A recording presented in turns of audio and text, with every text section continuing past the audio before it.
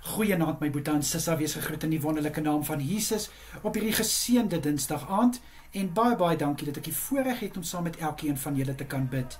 Ek hoop julle het 'n goeie dag gehad en dat julle nou kan afskakel en hierdie nag van rus binne gaan. Kom ons bid saam. Here, baie dankie vir hierdie nag, vir hierdie dag wat U in ons lewens toegevoeg het. Vader, dankie vir alles wat ons in staat was om te kon doen.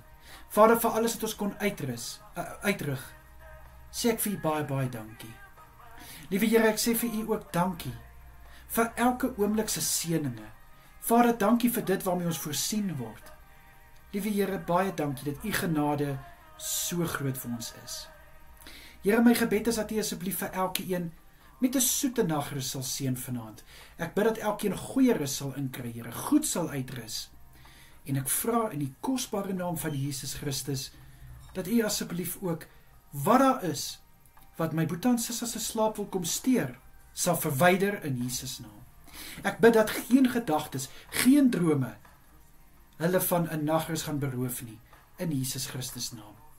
Vader, ek bid die hand van kalmte oor elkeen tydens hulle slaap. Vader, dan bid ek dat U asseblief vir elkeen sal beskerm deur die nag, dat U asseblief die hand van veiligheid oor elkeen sal hou, as ook hulle huise, in Jesus naam.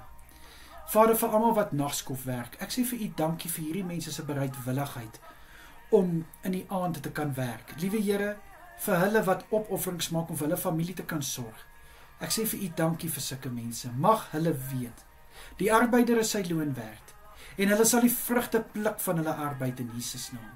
Ek bid, liewe Here, dat die hand van goedheid en guns sigbaar sal wees in hulle lewe.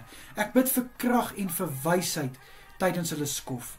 Asseblief, liewe Here, beskerm hulle en hou hulle veilig. In die kosbare naam van Jesus is dit my gebed. Aan U alle eer, lof en heerlikheid. Amen en amen.